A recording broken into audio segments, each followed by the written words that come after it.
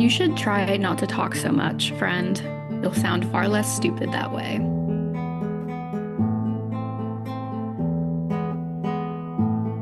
Welcome to the Busy Girls Book Club. We are a podcast that brings you all of Book Talk's latest books and tell you whether or not you should take time out of your busy schedule to read them. I'm Catherine. I'm Casey. And I'm Caitlin. And today we are jumping in to the world of Brandon Sanderson. We are reading Mistborn, the first book of that trilogy, Mistborn, the Final Empire. This, how do you even describe this? It's a world where the magic system is based on metals, and people can do different things depending on what metal they are powered with. And there's a select group of people that can do all the metals. And it's kind of this power struggle between the enslaved poor people and the nobility, and then this kind of all-powerful ruler, immortal ruler guy. So you kind of meet people in the resistance and a little bit in the nobility, and it's all about, taking down the big bad guy. It is indeed. What can a small group of thieves do to topple the most powerful, oppressive hierarchy? Read and find out. Do you guys have your reviews? I do.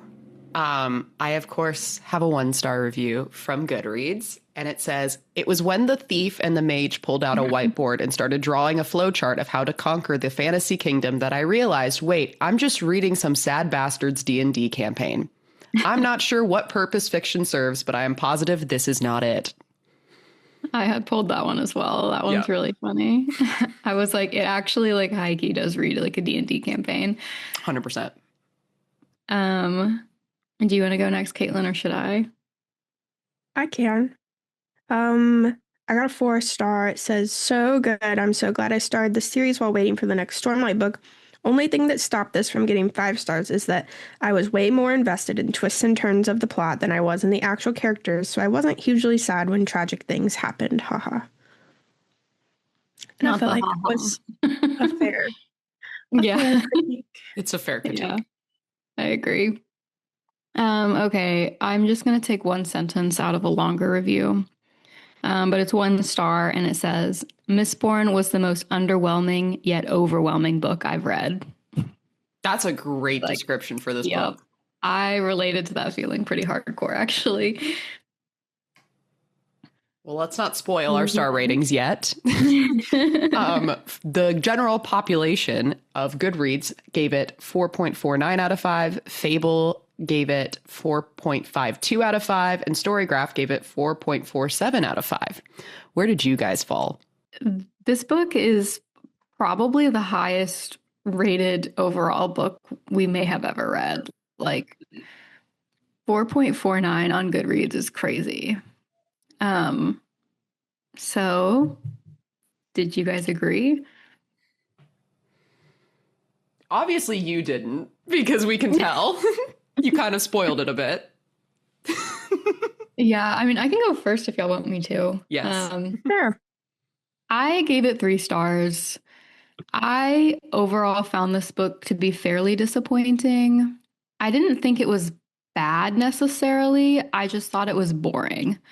And what the reviews talked about, I just felt zero connection with any of the characters. And so getting through the book was a bit of a struggle just because I wasn't personally invested in them. I think the ending was really compelling because the ending basically indicates that the only thing I found interesting about this book would actually be talked about in book 2. But I don't know. I didn't like the characters. I thought the character growth was a little disappointing. There's lots of things that go wrong, but I felt like all the solutions to their problems were awfully convenient. And to be honest, the magic system is really unique, but I didn't think it really made sense. And so I was pretty underwhelmed, but also overwhelmed because it's huge and very boring. I guess I'll go next. I also gave it 3 stars. So on the same page there. We always talk like 3 is not good. 3 is average. It's fine. 3, okay, but I'm on the low end of that average. I'll say that right now. I gave it 3 stars because I can appreciate the undertaking that Brandon Sanderson did. And I appreciated the magic system and the world and the politics of it all. But like Casey said, I had no interest in any of the characters. Like, I didn't feel at all attached when people died. And I also just found a lot of the male characters annoying as all hell. They just didn't have any depth to me. Like, they really just didn't have a lot of development. And I feel like if you're gonna do an undertaking of a book that talks about overthrowing a government, you need people that you're actually invested in order to do that. So yeah, I gave it 3 stars. I appreciate Brandon Sanderson, but the characters needed to be better. Okay, well, a plot-heavy fantasy book. You'll never guess who had the highest rating. I gave it 4 stars. I did not give it 5. I gave it 4 stars. Okay. I liked this book. I liked the magic system. I do think the weak spot was the characters. I had no issue understanding the magic system, and I love the politics of it. And there were some good twists, even though I pretty much saw them coming. Like, I liked the twists. Yeah, I liked this book. I didn't have that many issues with it. Other than, okay, let's talk about, I called them last week as I was finishing this book. Mm-hmm. My only issue is my book didn't have the ending in it. Yep. The last 70 pages were like repeated and then it just ended. So it was like the climax of the story and I didn't have it. So I did go back and I have a copy that has the end and I got to finish the book. So that was my biggest issue, is one of the books did not have an ending. That's why this episode is late, is because the publisher reprinted a book without the ending. Sorry, guys. My fault. That's not your Not fault. my fault, but my copy, my bad. I hope the Barnes & Noble employees were as surprised as you were. She was speechless and was like, while I was looking for the other one, she was like, I was flipping through it and it really just repeated the same pages. I was like, yep. Sure did. Right at the climax, which is like a huge part of the book. Probably some Brandon Sanderson fan somewhere that would pay a bunch of money to have that unique misprint. So yeah. If you want it, it's at Barnes & Noble. In Missouri. Go find it. Okay. Well, let's get into our non-spoiler discussion. We've already mentioned this a few times because we say that there's a lot of plot in this book and not a lot of character development. So is the book more plot or character driven? Plot. Character. No, I'm just kidding. Up, Caitlin.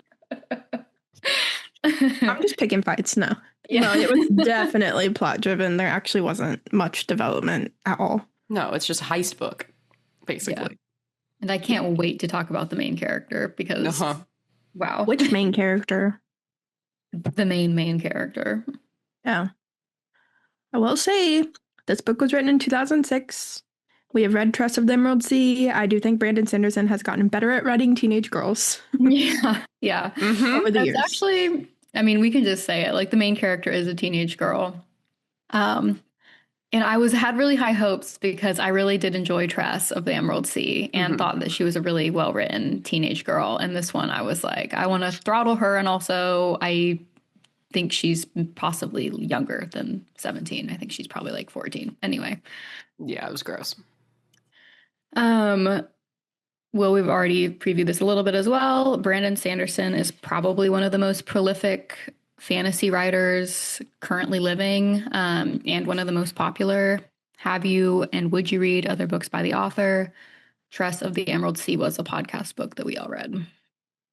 And that's the only other one I've read. Me too. The one I've read, I own one of the other standalones and haven't ever got to it, but I did buy the second Mistborn. Oh, so you are going to continue. It's a trilogy. It can't hurt. Yeah, not bad.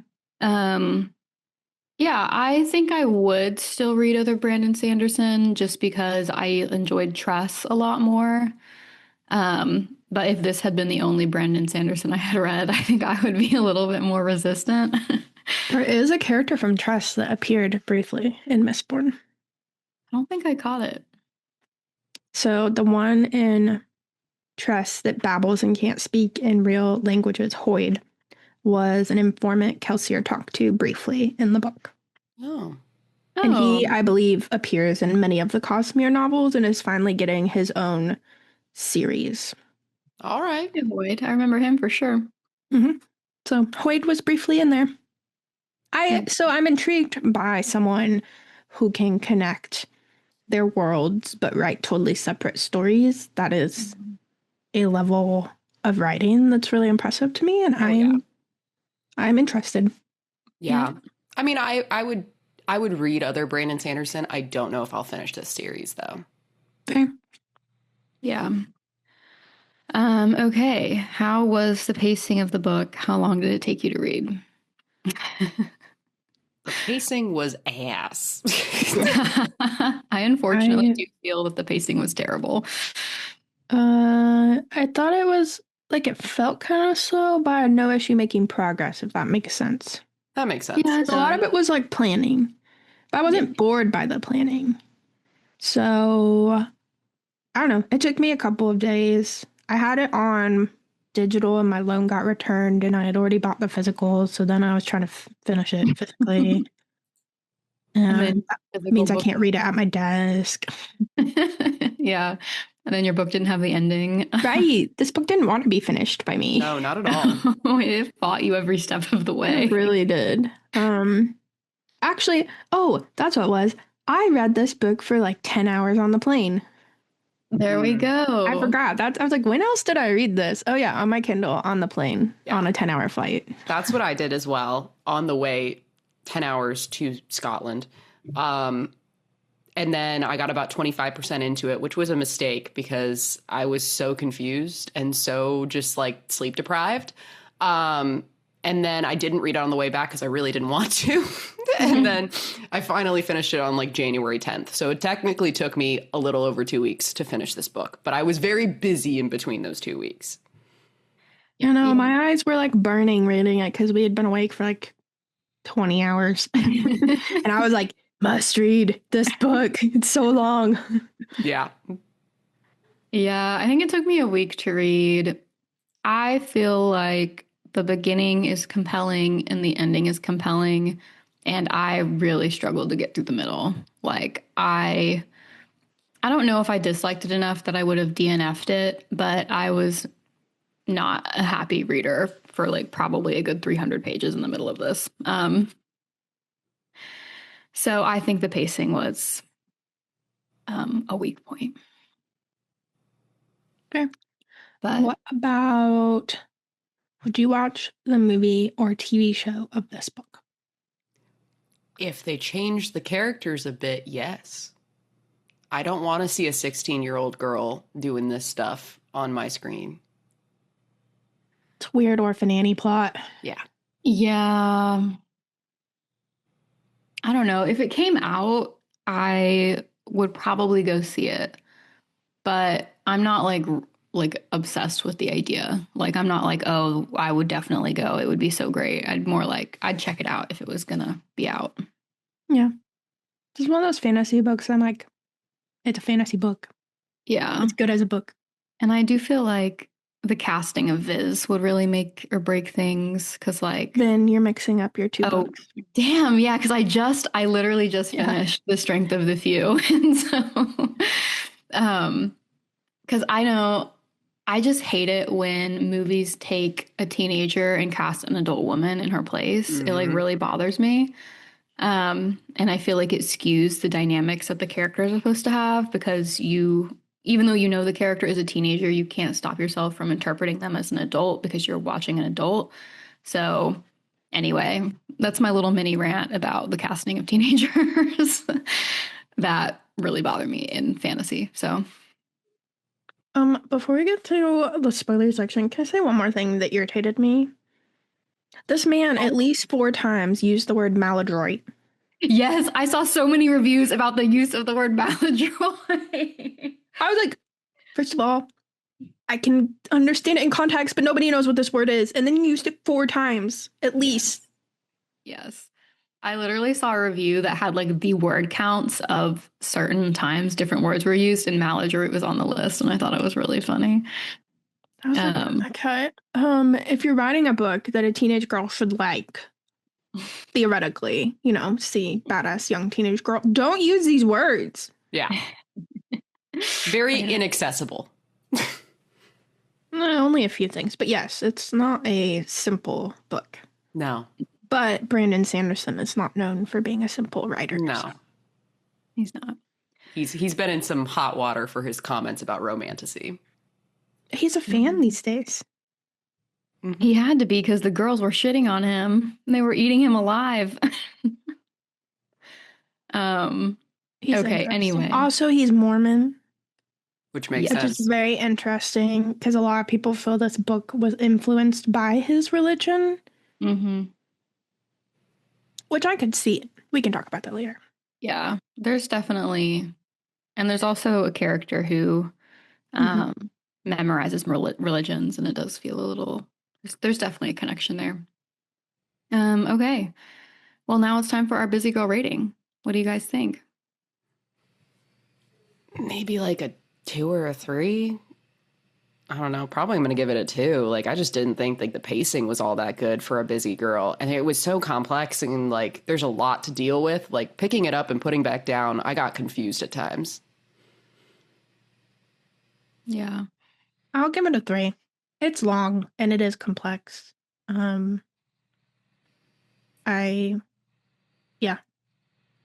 It's simply that. It's fair. I think I'm actually gonna stick with the 3.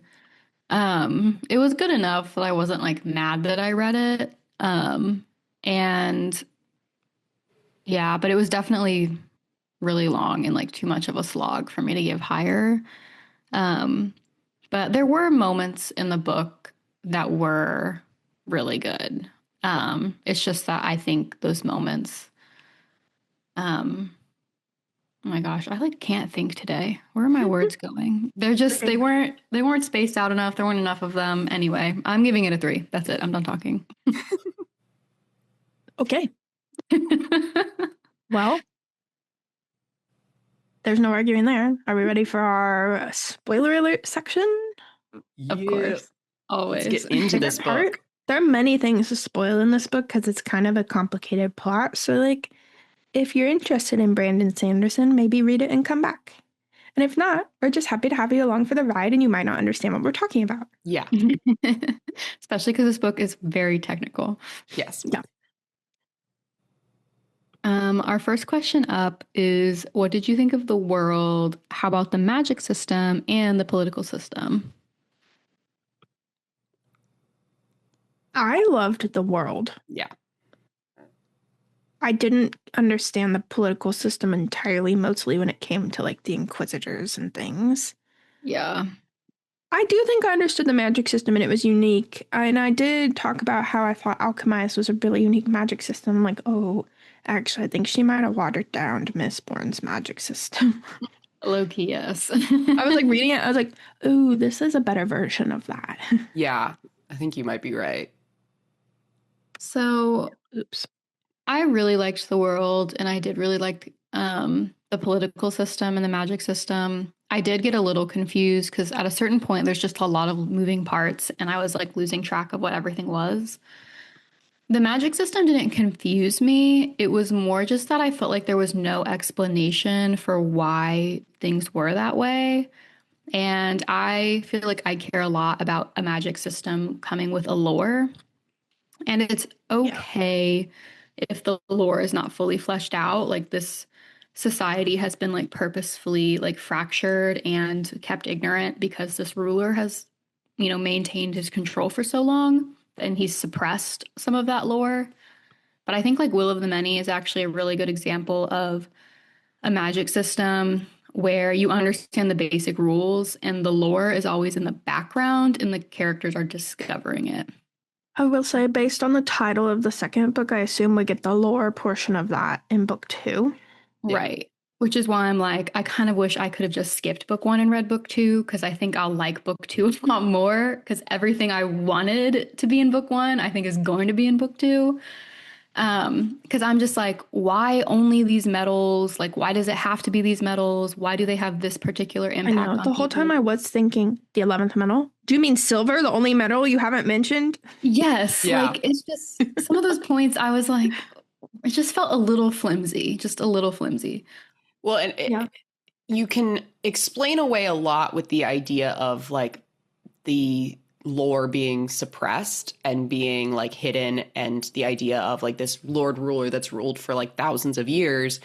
He has a unique ability to make sure things that he doesn't want out there can be buried very easily. Because I mean, it takes one generation to change history, one generation to learn the new history, and then it becomes fact. Like that's the whole thing of like we've learned from like Fourth Wing and other books like it.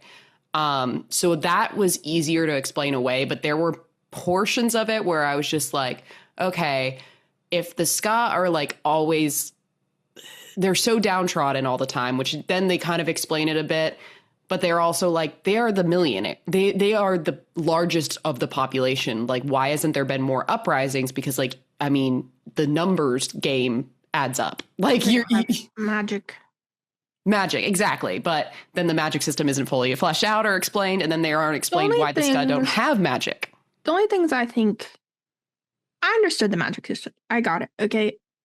I just want to know how it ended up to be only with the nobility at first. Like there was clearly some trigger.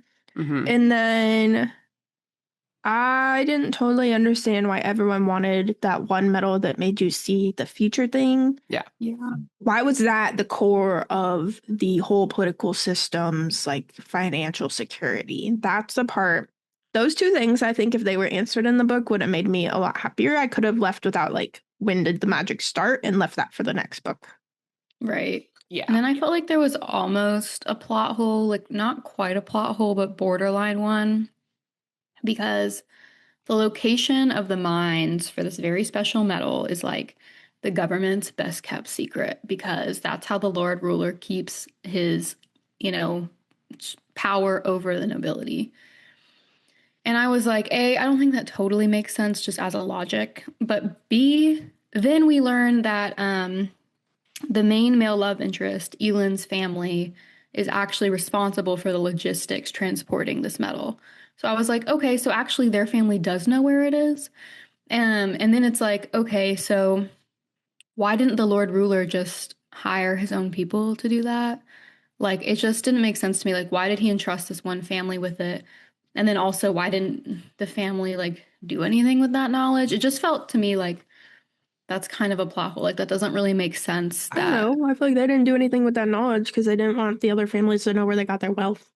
Right. But then it's like the leaky secrets, like information is always going to get out because now there's a whole group of people. There's carriage drivers, there's transporters, there's prison guards. Like now you've expanded the number of people who know about the location of this mine, like significantly.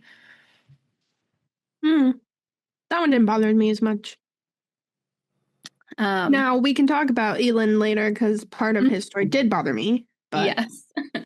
But I do want to say before we move on from this question that I loved the Lord Ruler. I absolutely loved the concept of the Lord Ruler. I loved that he had been in power for so long, like literally like eons. And so his power was so absolute. Yeah, I just wish I hadn't figured it out so soon. Yeah. I was like, it's clearly this other dude. It's clearly this other dude. It's the other dude. Yeah. It's also like, it did disappoint me how predictable this book was. Like, it's just from start to finish. The only thing that sort of caught me off guard, was Kelsier's one display. And I would say sort of. Okay, the next question is, what do you think of Kelsier?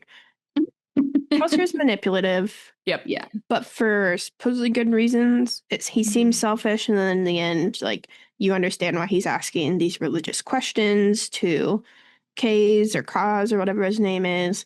And he understands that like the people need a martyr in Sazed? order. Huh? I mean, Sazed? Saws. That's what I was Yeah. thinking. Yeah, saws. Um, and he understands that the people need a martyr in Mhm. order to rally. And that's where I feel like the religious commentary is really interesting to me, someone who Yeah. loves different religions. Um, but so the only thing that sort of surprised me is like the way in which it happened. I knew he would die. I kind of thought he would come back. But at the same time, I knew, okay, these are all the spoilers. I knew Marsh wasn't dead because they said the body was flayed. I was like, that's not Marsh. So two of them couldn't have come back. Mhm. Yeah. But I sort of thought he might. And he didn't. Yeah. I knew he was fully dead because, like, as soon as it happened, I was like, oh, he's going to be a martyr for the cause. It's in front of all these people. The I Lord saw it really did coming it when he himself. asked Saz say it's about that one religion. Mhm. About why did it persist so long? And it's because they believed in people so strongly. I was like, okay, so he's gonna kill himself. Yeah. But Yeah, I could tell it was heading that way. I guess my issue was with him is I wish he was more morally gray. Like I thought he was really morally great. I think he I was also thought he was manipulative. pretty morally gray. I don't know. I just feel like he should have been more villainous a bit because I feel like I don't know. Maybe I was just like going His inability to share his plans with anyone, first of all, it's giving Aelin. It's giving Aelin. Second of all, it made him really morally gray. Yeah. I don't know. Maybe I just think like the lack of character development pissed me off a Yeah. bit. Like And this all was one his of those friends instances. were pawns the whole Yes. time. Oh, 100%. Yes. He was That's collecting a pretty- collection and a menagerie of people to help him. That's a little sinister. Yes. Yeah. But I wish that there was more character development with him and using his power in different ways because, like, I don't know. It just See, maybe I I'm wasn't explaining it wrong. mad about the character development from him. It was really only Vin that I wanted to see more from. I think Yeah. Kelsier was supposed to be a little bit mysterious and a little bit not revealing his whole self until Mhm. you see it at the end that he was actually a good person after all. But I don't know. I thought Kelsier was kind of an incredible character, but at the same time, I hated him because he couldn't tell anyone the truth about anything. Yeah. I hated him, but I think I kind of know partly what you're talking about, Catherine, because it did bother me that they made some decisions in the book that I feel like went a little bit unquestioned. Yeah. Like, one of the decisions that they make is in order to get their army of resistance fighters, they like emotionally manipulate the ska in order to get them to go. And then when they're keeping control over the ska army and trying to get their loyalty, they emotionally manipulate them again. And I was like, you actually like borderline like are just a slave master. Like you're treating them exactly the way their He master made the treats army think they were invincible, so they attacked that one garrison, and boom, army's gone. Yeah.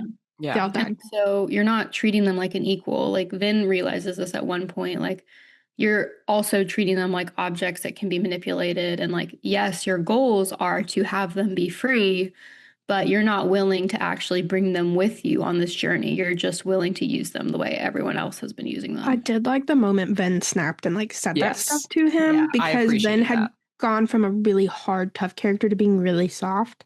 It was Yeah. nice to see her popping out. So that's the next question. How about Ven? Mhm. I liked beginning Ven and I liked end Ven. I Mhm. liked the nobility political intrigue in the middle, but Ven got boring. Yes. Yes. She got boring quick. She got like so naive because like you would think a girl that grew up in what she grew up with, she wouldn't get so enraptured by the nobility. Right, her whole thing was, I don't trust anyone. And suddenly it's like, oh, the richest man and most eligible bachelor. I trust Loves him. me. He loves me. And I'm like, It girl. Okay, so I would like a separate love story for them, but that didn't belong in the book. I would Yeah. not because she is I way know. underage. Yeah. She's What? way younger than him. She was like 18. So She's he 16. bothered me. She was 16 and he was 21. I thought by that point in the book she was 17 or 18. No, I think the oldest she is in the book is 17. Well, it's also a different world. But yes. Still doesn't excuse it. I understand No. this is hypocritical of me as someone who has been an apologist for like 20-year-olds with ancient Feymen, but I'm drawing the line at a real boy and a real girl. The age gap should make sense. The only reason I wasn't more mad about that is because I'm not convinced that their love story will continue. And I think Vin may have more growth in the next book and get rid of this insufferable boy. I hope that she becomes queen. But reading her development actually kind of pissed me off because I felt like it didn't really make sense. Like a woman with this level of trauma and this level of mistrust with people, who is also a thief and is incredibly crafty and understands survival. I understand why she sort of fell to the allure of the elite because it must have seemed so lavish to a girl like her. But her just like falling in love and believing everything that the nobility told her and like believing so blindly in this random boy, I was like, really? Believing the smoke and mirrors. Right. I mean, it just didn't make sense to me. No. I think it would have been more interesting if he had ended up being Mistborn. I don't know if that would have. I wondered if he was Mistborn. Secretly crusading around. Yeah, I kind of wondered too. I'm still wondering it. He was actually just a philosopher. Right. Because Kelsier is technically Robin Hood. Like this is a Robin Hood retelling, but from a different person's perspective. And so yeah, I thought it would have been interesting if he was up to something. But I think the alternative is actually kind of worse because he was actually just doing nothing and he's kind of boring. And he did end up discussing politics and not doing anything about it. Here's the thing I hated. I said I had critiques about Eland. Suddenly he comes and is like, no, don't destroy the nobility, and he's king. Yep. Yeah. I was like, excuse me? You're this 21-year-old, you're like, oh yeah, well, you probably better not kill all the nobility. Yeah, you can rule the whole place. Yeah, I thought it was... Like, I understood him convince them not to kill the nobility, but then they were like, King Eland, and I was like, excuse me? Yeah, like, what the fuck? Made zero sense. Because none of the resistance actually believed in him. But... And also, none of the nobility even respected Eland. No. Like, they, like, mocked him. I was like, just because he's of the nobility... Most of them are dead, so it doesn't matter. Right. They just killed a lot of them, so I guess that's true. Okay. So there are other side characters. The one character in this book I ride or die for that I love so much is Saz. I loved Sazed. I was like, if anything happens to Sazed, I'm giving this book 1 star. I was nervous something would happen to him. Same. He was so self-sacrificing. Yes. Yeah. But he is a special man, angel, who just memorizes everything and is just can be buff and be so good. I loved him. Like the true person who grabbed the little orphan and actually cared for her and wasn't using her. Yes. The only person who actually cared about her. And I loved his role within the society of being a story keeper and a religion keeper. And I thought that inclusion about religion was really fascinating, of being like, these are belief systems that reflect values, but also these are belief systems that challenge the ubiquitous control of the ruler, because they propose alternate versions of seeing the world, alternate morality. And so I thought that was really fascinating and really cool. And of course, I loved the religious commentary. Yeah, the religious commentary is good in this book. Yeah. And I wanted to hear more and more of these crazy religions. I was like, yes, Saz, tell me. Tell me more. I'm just going to say it. Kelsier was painted sort of as a Jesus figure. The whole martyred thing and then appearing after death. Yeah. That was a very, I don't know, maybe someone in there was supposed to be Joseph Smith based on Brandon Sanderson's belief system, but that's how I kind of thought, because Kelsier is obviously sort of creating the myth of Jesus with his actions. But to me, it felt like more of a commentary on Joseph Smith, because Joseph Smith declared himself to basically be Jesus, to be another one of God's sons. And so that seemed to me to be commentary on Joseph Smith, because Kelsier is obviously a false quote unquote Jesus, because while his goals might be honorable, he is not truly like No, a he's messiah. manipulating it. He's manipulating things to get what he wants out of people. Be clear, you do you. We personally are not part of the Mormon belief system. Sorry. Right. And I don't want to, I'll critique all religions pretty hard. So, Yeah, Casey is part of zero belief system, so she'll come for any of you. yeah. Same. But I did think that it was like good, interesting commentary, the way everything happened. And it did make me hate Kelsier even more because he was so like falsely self-sacrificing and like holier than thou at the end. I was like, oh, fuck you. Sasha was also a plant to give you the clue to the Lord Ruler thing. Mm-hmm. Yes. Mm-hmm. So in that part, I was like, meh, that ruined the twist. But I would never get rid of him as a character ever. No. I didn't. I also like Doxson and Ham and just the perspective they added. Like they were, like Doxson had no powers, but could contribute. Breeze was annoying. Yes. Supposed to be though. I don't know. And then I don't really get the point of Lester Barnes, but sure. I lost track of him. Yeah, like I don't know I who feel he like I'm is. sorry, he disappeared. Spook, because problematic Kelsier just renamed him because he didn't like his name. He wanted Yeah, him to be more like them. Yeah. I was like, ooh, yeah. cringe. Yeah. Let's just rip him away from his culture because it's inconvenient Exactly. for us. That's why I was like, Kelsier, you're not a good dude overall. No. Problematic. I think he was supposed to be problematic though. So He whatever. Yeah. was. He's definitely supposed to be like, there's a word for it. A hero who's actually a villain. It's like Batman. A vigilante? No, fuck. Anti-hero?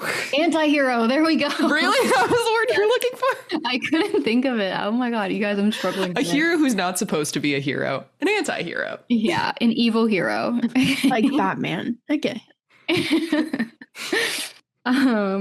Okay, next question. What do you think of the chapters starting with excerpts of the Lord Ruler's diary? It took me a second to figure out what was happening. Just a second. And then I realized what it was. I mean, it's And not then the I Lord was Ruler's like, diary, but yes. yeah, Right. then it helps you figure out the twist. Yes. A lot of them are pretty boring. I feel like they'll come into play more in the next book since it's called Well of Ascension. Yes. They're going but they to dropped the clues. They did. I liked them as far as being clues. I mean, basically, their only purpose is to tip you off to. And it made little sense until then they actually discovered the book. Yeah. Mhm. And then I was like, oh, okay. At the start, I was like, what is this? I'm so confused. It took me a couple chapters, and I was like, okay. And then they found the book. I was like, oh, now it's actually important. Yes. Right. Kind of. I will say I was a little disappointed because I thought that the chapters were going to be giving us information that the characters didn't have. And so I thought it was going to construct a situation where we knew things they didn't. And I mean, we did if you picked up all the clues. yeah, but what I mean is at a certain point, they had all the information we had. They just also had to figure it out. Yeah. And so I thought it was going to be more of like a twist of like us understanding who the Lord Ruler was more deeply. And then I was like, oh, wait, no, this is just telling us that he's actually this other guy. Yeah. I don't know. Interesting with that too was like the death of the Lord Ruler also meant the death of answers Sazed had been looking for. So like you were kind of sad he didn't get those answers, even though you were like, this guy needs to die. It ended up being very bittersweet. Mm-hmm. I also like, it did just piss me off though, because the Well of Ascension and whatever trial the Lord Ruler actually had to go through and the things that he had to do and the power that he was trying to stop, that was what was interesting to me in this book. And I was like, oh my God, fuck all this other stuff. What is happening here? Well, and at the end, he drops a thing about what I've been doing for you guys. Right. So I feel the deepness is still in play. The deepness exists. Well, and I think it opens up questions because he wasn't the hero that was supposed to be the one that saved the world. So what would the world have looked like if the real hero had done it? My guess is the real hero wasn't even the one who is the real hero. I think the real hero has just been placed in the body of a 17-year-old girl. Yeah, it's Probably. been, Hero of Worlds or whatever it was. yeah. Actually, I think that's like the third book title. Oh, so there we go. Um, okay, so at the very end, we figure out who the Lord Ruler actually is, that he's like this sort of imposter who has now ruled the world with an iron fist, and he indicates that he's still fighting the deepness on their behalf. What did you think of that final fight scene of Vin figuring out how to beat him and putting all those pieces together? We don't know why Vin has these extra powers, and that's irritating. Yes. Yes. Another thing that made the magic It's because system she's the feel hero a of ages little or whatever, soft but to me, right? She just happens to have all these extra abilities. and Sazed appears again. Yeah. Right. Thank God for Sazed. He is the Lord and Savior at this point. Yeah. He is the hero of the book. Yeah. Yes. Like, let's get a book about him, actually. Yeah, it was interesting. I was definitely like, my book ended when she walked into the little room inside the room and saw the old man and they called him Lord Ruler, and then my book ended. And I was like, what? Oh my God. That's literally what it was. Which I like knew, but also I was like, huh? When I finally got to read that and read she magically escaped thanks to Sazed again and magically defeated him. Emphasis on magically, because it was magic. But I was like, she's this extra power that other people don't have to like punch through the clouds or whatever. And while it was exciting and interesting, it was all too easy. Yes. But that's kind of how it goes in fantasy the Lord books. Ruler's death was far too easy. Yeah. And the because- crowds outside cheering were very interesting. Yeah. I did end up liking the final battle, but I also did ultimately think that just everything in this book was a little bit too easy. Like, after every setback, they just seemed to have like the perfect solution already It was lined only up. possible because of Marsh. Right. Yes, it was only possible because of Marsh, but also, yeah, like you said, Casey, they have so many setbacks in this book, but then they magically have an answer for that setback. And I'm like, Yeah. it doesn't seem realistic. Right. Because I think on its face, the idea of this small group of like ne'er-do-wells, like Thieves. ending, like ultimately like running this heist to like take down the Lord Ruler is really fascinating. But they just didn't really end up doing it. They just ended up like creating a new religion and then YOLO. Vin saved the day. They left the little girl to do it. Yeah, there wasn't enough heisting in this heist book. Like, I wanted a heist. Yeah. Marsh appearing was not surprising to me. I did kind of guess that he had actually become a Steel Inquisitor. What actually irritates that about me is like, I pulled out their spikes, and I'm like, why are the spikes there? Yeah, what are the spikes? Yeah. What is going on? Why do they have an exoskeleton? Why do What you have literally- spikes? Like, what's happening? Yes, what literally is an Inquisitor? How is this existing? We find out how they see, Yeah, Ugh. but that's which is it. crazy. It grossed me out, I'm not going to lie. They And did. Marsh is just gonna like bop around like that forever now. I don't With think he his, gets an option. With his giant terraceman friend and his little girlfriend. Okay, sure. Yeah, I guess. Okay, so did it ultimately make you want to read more? I bought the second book. Not really. I like a convoluted political fantasy book that's I do too. entirely plot based. I do too, but this book disappointed me. And I'll just say, like, I know this book was written in 2006. So I know Brandon Sanderson has gotten better about writing character development, stuff like that. But I will say, and this is kind of like a broad strokes critique of male authors when writing books, female authors, I find, are a lot more focused on character development because of like a degree of empathy or life experience that men don't have. Yeah. And I find that a lot of male authors really skimp on the character development and really, really focus on plot. And I think where you can have the perfect book is to have both. And unfortunately, this book just didn't have the character development that I really wanted to fall in love with these characters while also going on this plot journey. I think the plot was fantastic in the sense of like, it was well expansive and like had so much lore and made up this whole new world and magic system and politics. But there needed to be more character development. And I know Brandon Sanderson has gotten better about this because we've read Tress, and Tress is a very good character development journey. So Brandon Sanderson fans, don't come at me, but I just find that male authors tend to not focus on emotions as much. Just saying. That's why we call it boy fantasy. It's more plot driven. Mm-hmm. Yeah. Girl fantasy tends to be more character driven. I do hard agree with that. I think all the best books are a combination of both.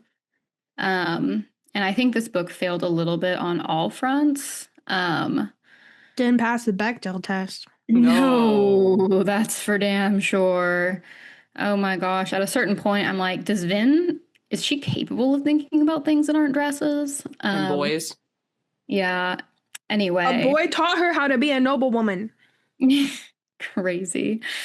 Yeah, there should have been a woman who was there to teach her. Whatever. Okay, it doesn't matter. Y'all are just gonna make me mad all over again. But I actually would consider reading the next book just because I really craved the lore, and thought the lore in this book was really interesting, and I really wanted more of it. So if I ever get to it, I'll let you know. Yeah, I might read the second book just because I actually want to understand the deepness and this sort of epic battle for humanity that's allegedly gone on. Okay. Well, I think that's pretty much it. Thanks, guys, for listening. And do you two have book recommendations? I'm going to recommend Red Rising because I think that's a better boy fantasy book with much more character development. Yeah. I feel like I thought of one while I was reading and then I lost it. I'm going to recommend Six Crimson Cranes. It's fantasy, not quite as epic and political as this book, but it has a young female protagonist who I think is done a little bit better, and I really enjoyed that fantasy story. So lots and lots of lore in that one.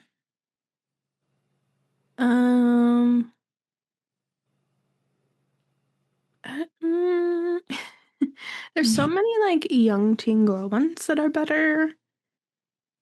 I don't know. I weirdly want to recommend Divergent. Follow your heart. If that's take down the system from the inside. Yeah, very true. There may or may not be a martyr also. Yeah, I was going to say we've actually read a lot of books semi-recently that have also had themes about martyrdom. Yeah. That's becoming a common one on the podcast. Well, that's probably better than cannibalism. Yeah. They do occasionally come together, so... I think we've been cannibal free so far this year, our first episode in. Yeah. Yeah, that's one episode in. No cannibalism. It's like we have one of those signs in like each of our offices. 0 days. Many days since book about cannibalism. We're on day don't worry, guys. We have to read the next bunny soon. Yeah. Oh, Lord. I'm sure we'll going back down to 0. Yeah. Okay. Well, rate and review the podcast, please. Thanks as always for listening, and please submit books that you'd like us to read. We love to hear from you guys and work in viewer recommendations. If you want to do that, you can find us at Busy Girls Pod pretty much everywhere, busygirlspod.com, where we post a lot about our episodes and our recommendations. So with that, I'm Casey. I'm Catherine. And I'm Caitlin. Thanks for listening, and when you get a chance, take a break with the Busy Girls Book Club.